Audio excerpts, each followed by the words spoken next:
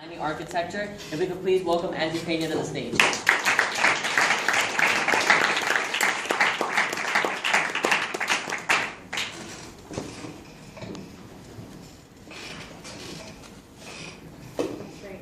Yeah. Awesome. When we think about Miami, well, when other people think about Miami, they think about three things: beautiful beaches, beautiful people, and the Miami heat. But what about our architecture? What about the buildings that reflect the people who built this city? When people come to Miami, they see mainly two types of architecture. Art Deco, the most famous that you see here on Miami Beach, and MIMO, which stands for Miami Modernism. Now, Art Deco, obviously the most famous type of architecture we have here in Miami. It's why people come from all over the world just to see these buildings that are practically in our backyard. Art Deco is a style that came out, that really started in the 20s and really developed throughout the 30s and 40s during the Great Depression. We have hotels such as the famous Colony Hotel, probably the most famous hotel in Miami Beach, Breakwater, my personal favorite, the Carlisle, and Jerry's famous deli, which has been a deli most of its lifespan, but also has been a club and a bar at the same time. And also, there's Miami Modernism. This type of architecture came out in the 50s and the 60s, and through its use of glass panes and sharp, and sharp textures, it really defines the 50s and the 60s as being the era of modernism and newer ideas. As you see here, the most famous example, the Fountain Blue. As you can see, through its use of multiple windows as the other three as well. And the Bacardi building, which in its name, it was once the headquarters of Bacardi USA, of the famous rum here in the US. And we have probably one you've never heard of, the Admiralty Hotel. As you can see through its glass dome, sharp edges, it really defines the 50s as being a more modern and progressive era of its time, which now it has become a photo studio and a party house for playboys to rent out and use as a party house for their night.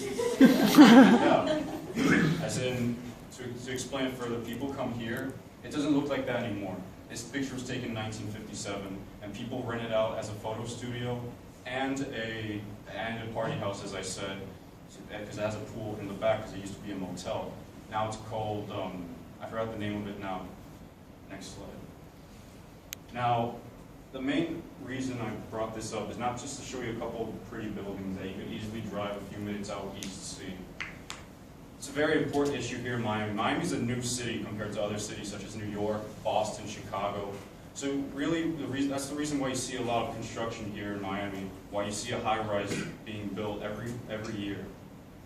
Take, for example, the Senator Hotel. Now, most of you well, probably all of you have never heard of this hotel. It's located on 12th Street and Alton Road. It was torn down in 1988 to make way for what you see today, just a vacant parking lot. The only way you could tell it was there is by the lamppost that is still there today, and the Tides Hotel, which is on Ocean Drive, behind it. And there was a lot of protests when it was being torn down. Miami Vice was actually filmed in this building, which adds some, for some of you movie and television freaks out there, it becomes a very significant building, especially for me. Next slide. Probably the most famous one, you've seen this going out to Miami Beach, the Miami Herald building. Miami Herald building was built in the early 60s. It really shows off the MIMO, Miami modern architecture, through its use of windows and sharp textures. And I actually came to this site a couple of weeks over the summer. I took a few pictures myself and actually went inside the building, which was a huge risk, just to see the inside.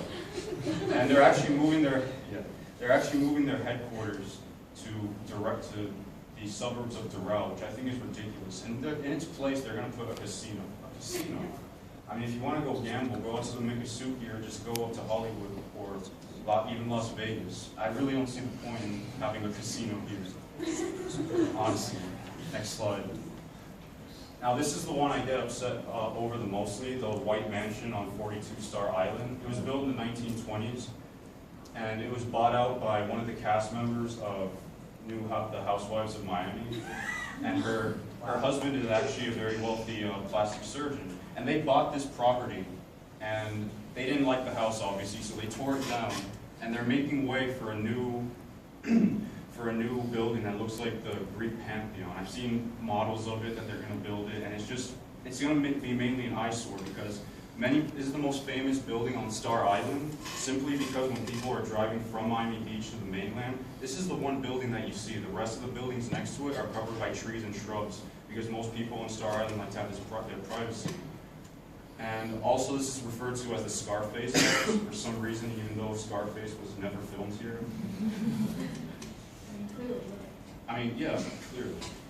But it's really sad how, as I said, Miami's a new city and we're constantly developing, which is good. It shows that we have economic growth here through foreign investment.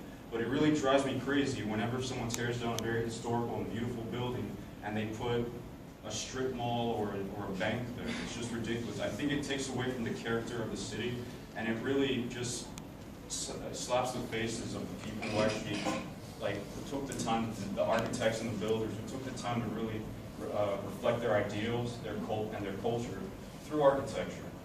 Next slide.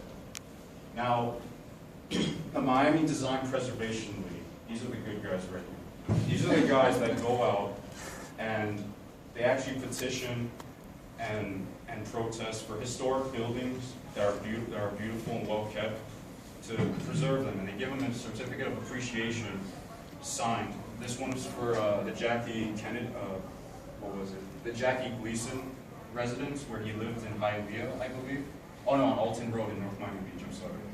He was a very famous comedian, and if you ever heard of the Fillmore Jackie Gleason Theater, it's named after him, which is on Miami Beach as well. And they're partnered with the city of Miami Beach, and they're the ones responsible for giving you Art Deco weekend. Every year for the past 24, 25 years, they've been having Art Deco weekend, and they promote they really have it on Miami Beach to show off the Art Deco design of the buildings. Art Deco really implements its use of vertical lines and symmetrical lines as well, as you can tell from the buildings.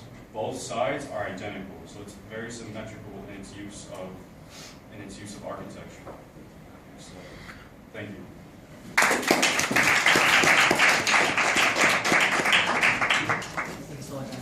Since we're discussing architecture, I kind of want to